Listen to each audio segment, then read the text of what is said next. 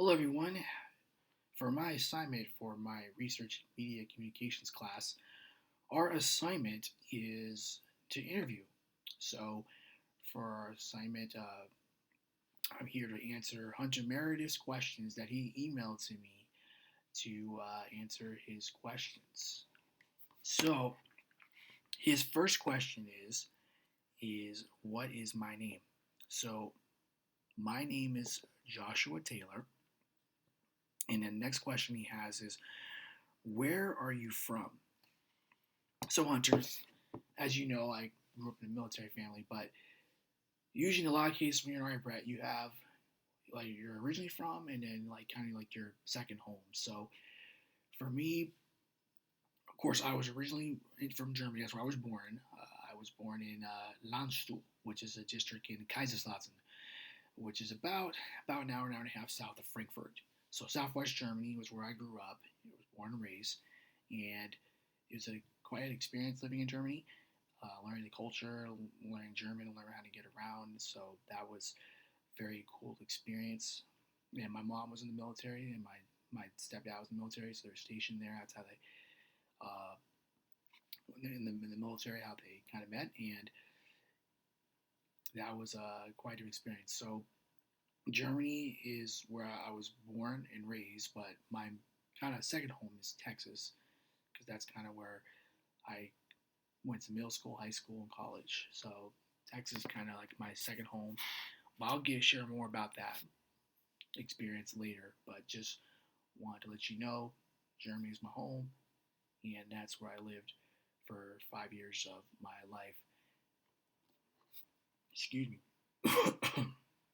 So the next question for Hunter on our interview is, what is your birthday? When is your birthday and your age? So my birthday, Hunter, is October 6th, 1988, and my current age is 31 years old. I just turned 31 a couple months ago, so excuse me.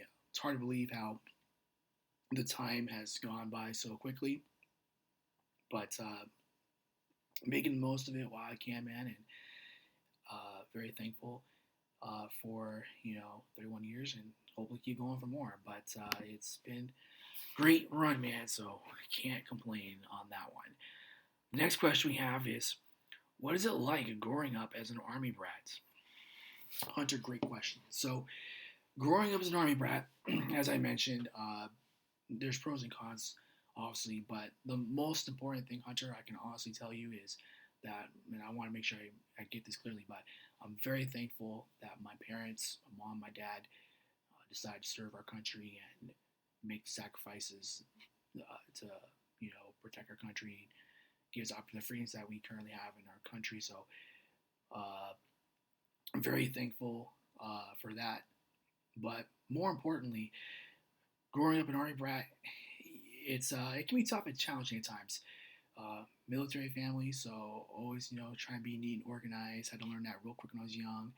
Uh, Learned to be thick-skinned, so that was dad always yelling at me, so that was always fun. But I certainly appreciate that, and also the fact that the hard part was your parents not always being together all the time. So when I was with my mom, my dad, and everything, the challenge was at times my mom would get deployed somewhere, and when she'd come back, my dad would get deployed somewhere, and then he'll come back, and then they're usually together for a bit, and then next thing we know, we're on the move again. So like usually in the military, you move around every like 3 to 4 years usually.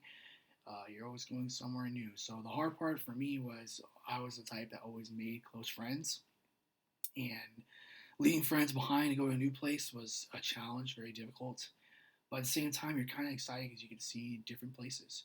So speaking of places, military brat, that's usually a big pro is that you get to see a lot of different places that most people only dream of. So like I mentioned, I was born in Germany, but I also got to see Disneyland Paris while I was over there. Went to Italy, went to Austria, went to the UK. So that was very cool. And here in the States, even I got to do some traveling as well. I was in Virginia, was in Massachusetts, was in New Hampshire, and Washington State. and then of course Texas. So been in front around all over across seeing the U.S. and Europe. So the next question we have here is, where's your favorite place you have lived? So I lived in Texas.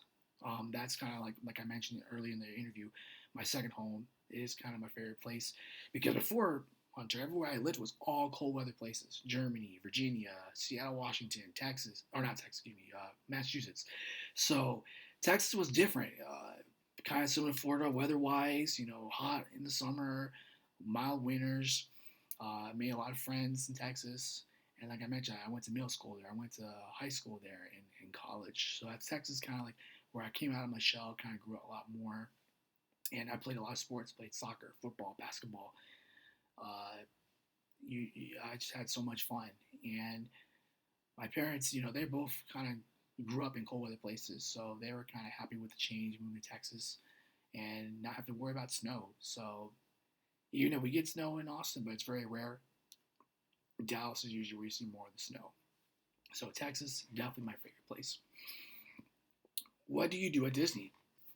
So at Disney, I'm currently a operations coordinator for Disney Vacation Club. That's where I currently am. What started my Disney career is after I moved from UTSA for college, graduated, went to Florida, did an internship at Disney. So I worked merchandise at World Disney, did guest relations at Animal Kingdom, was a intern at Disney Vacation Club, then was a part-time sales assistant, then went full-time, and just got moved to the coordinator team last year. So that's how I moved up at Disney. So the next question we have is, what made you want to become a shareholder at Chattanooga FC? So Chattanooga FC is a semi-pro club.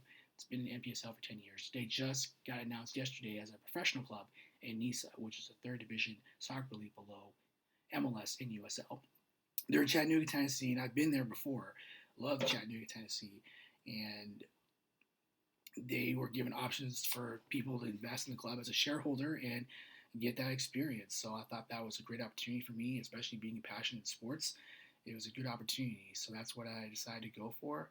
And to be honest, I could see myself as a part owner of a club someday in sports. So you never know. So this was felt a good experience for me. And Chattanooga FC, as we say, onward CFC. So I went to a game in September, so that was a great experience, and hopefully can go to a couple more next year.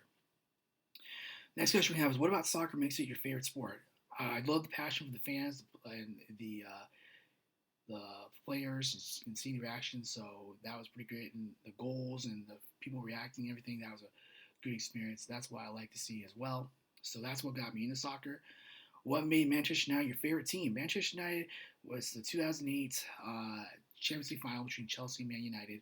Classic game, went to penalty kicks. John Terry missed the penalty, and then we converted to win the Champions League title. It was our first title since 1999 when we beat Bayern Munich. So that's what got me to become a Manchester United fan, and I've been a fan with that club ever since.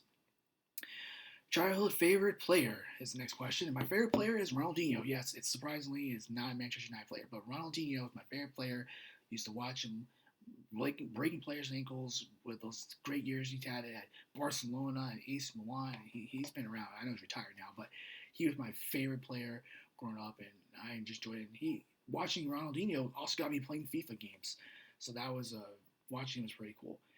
Um, how did you find Full Sail University? I was looking at online programs to see what options I had as far as pursuing a sportscasting career, and it came up on a sports article I read. So I went to go check it out. Went to behind the scenes tour, talked to Gus, and went to the studio, and I was all set. And then a year later, January 2019, I came here making everything happen. So looking forward to it. And why sportscasting?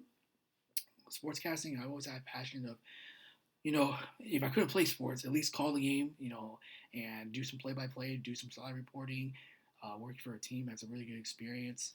And, of course, getting behind-the-scenes operations with the studio, teleprompter, and camera work. I mean, that's a really cool experience, too. So I've learned a lot in this program and hope to keep it going. All right, well, that answers all your questions, Hunter, but hope everything worked out. And, again, thank you for your time, man, and hope let's do it again soon. Take care.